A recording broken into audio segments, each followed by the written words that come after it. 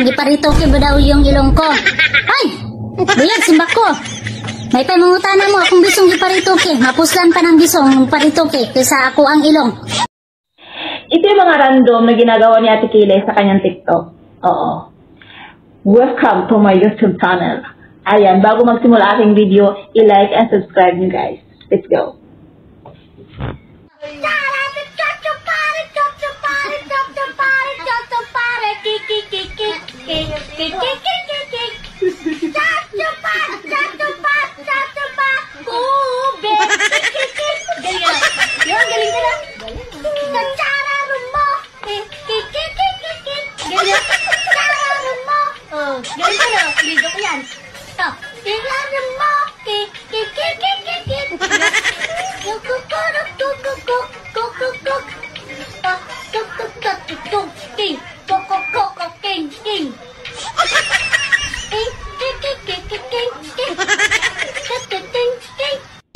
Hoy mga loyalist, ano bang meron sa inyo? Ba't kayo nakatago? Wala pa kayong mukha? Or mga wakwak lang talaga kayo, kaya kayo nagtatago? Ba't kayo mahiya? Ang hirap pa naman pumatol ng mga nagtatago kasi mahawaan kami sa kabubuhan. Ba't kaya kayo nagtatago? May utang kayo? Ha? May utang kayo dito sa TikTok? Wala kasi kayo mga mukha? May utang siguro kayo sa TikTok, no? Magandang umaga mga kaibigan. Pustahan tayo. Ngayon si Tolentino, si Pacquiao, si Abalos, minumura ngayon si Bangag. Wala eh. Yung umasa sila, napasok sila sa top 12 pero tae. Malamang minumura nila si Bangag. Nga pala, napansin nyo ba na bumoto si Liz Satanas? Hindi ko napansin na bumoto ang hayop na yun na. Saan naman kaya pumutang wakwak na yun? Oy Lisa, saan ka bumoto? Ah, sa kulungan? Hype ka.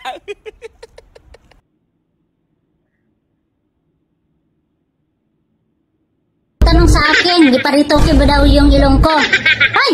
Buyag, simbak ko. May pamangutana mo akong bisong giparitoke. Mapuslan pa ng bisong paritoke kaysa ako ang ilong. Ay! Kontento na ko na akong ilong oy. Akong bisong hindi ako makontento kay maura ba na yung kalipaya natong uyab, agoy. Wakwak tanabon hoy, Ginoo ko. Nga dapat iparitoke na ng mga bisong nato. Ayaw nang nawong, ayaw nang ilong oy, Ginoo ko. Ang karunggay ko dito sa aking kwarto si Yasay. Yung foreign secretary. Kung mag-English, akala mo si Obama.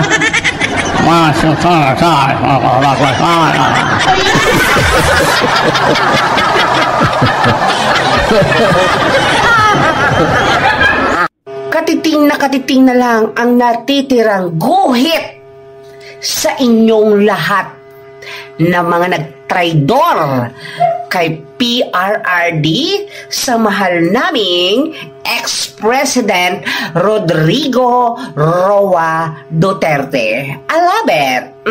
Hindi natutulog ang Diyos. Oo, sa totoo lang mga bangag na mga loyalists. Yan kasi ang mahirap sa inyo. Hindi kayo nag-iisip ng tama. Nabubuhay kayo sa kasinungalingan at nabubuhay kayo sa kabaluktutan at nagiging sunod-sunuran kayo sa inyong pinuno.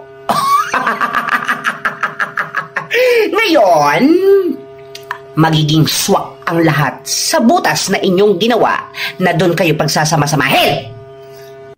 Lay, buutan, manas lalay, ayaw itaon pag minalbit talay, mapaakan ni mo ang lagay. Lay, buutan, manas lalay, ayaw lagi pa maagaw agay, ayaw pa maaklay. Lay, buutan, manas lalay, ayaw itaon pag minalbit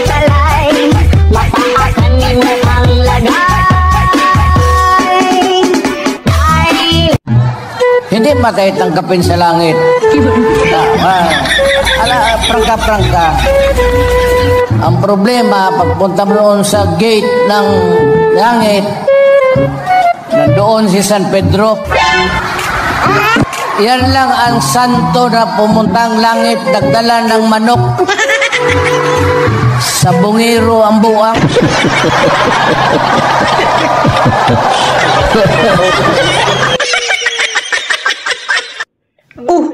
Namumukaan kita. Mukha kang basher.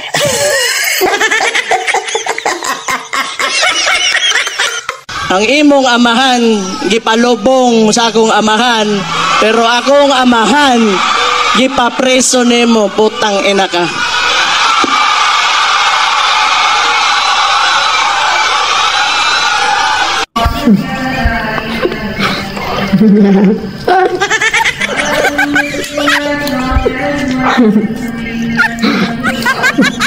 Bakit ka kasi maganda? Daming tuloy galit sa'yo.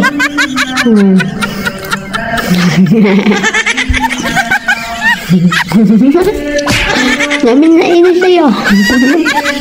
Tulog ka nga. Magandang balita. O ano, happy na kayo? 20 pesos per kilong bigas. Pero, may pero yan. Anong pero? Pero hindi nationwide.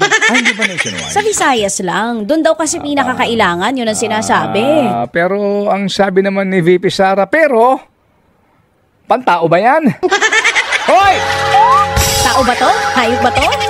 May ganun eh, no? Ang aga. Sabi nga ni VP Sara, bakit sa Visayas lang? Di ba nagugutom yung mga taga Luzon at Mindanao? At sabi niya, yan ba, fit for human consumption? Oo nga. Binubudol. Ginamit niya yung term na budol ha. Sa kanya galing yun. Aga ha. Kaya nga. Nadala na ako. Na-scam na ako.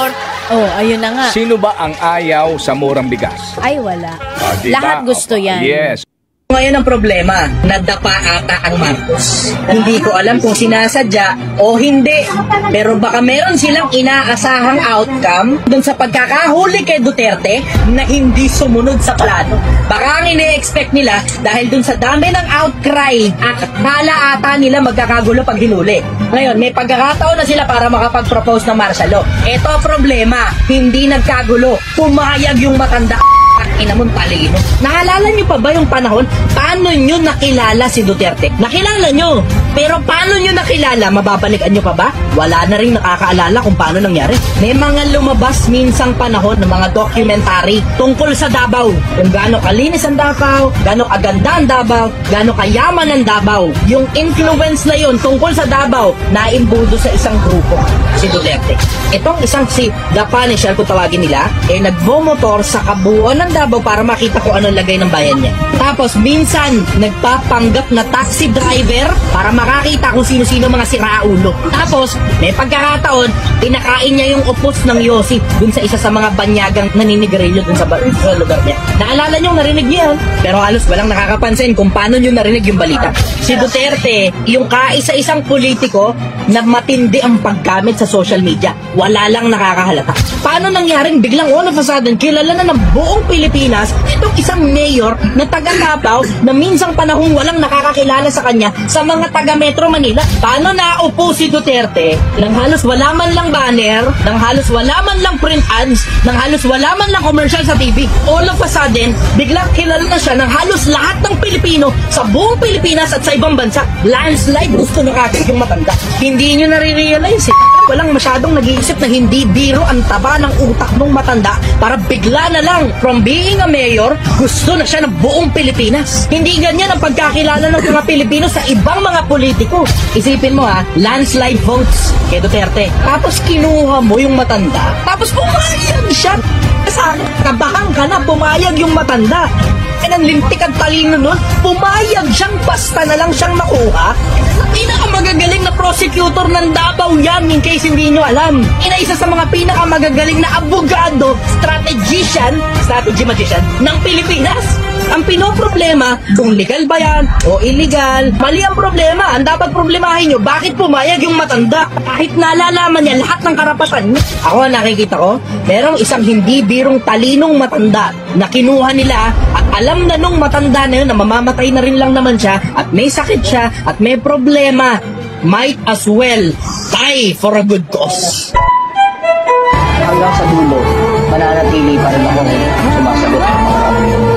Mananatili akong hindi interesado sa politika. Mananatili akong hindi interesado sa pera. Mananatili akong hindi interesado sa kasikatan, sa kayamanan. Ang talino talaga na ito ni Duterte, guys. Oh, imagine mo sumama siya. Oo.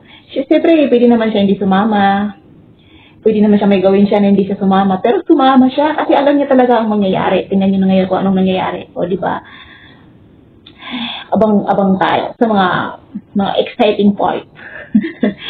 Please like and subscribe.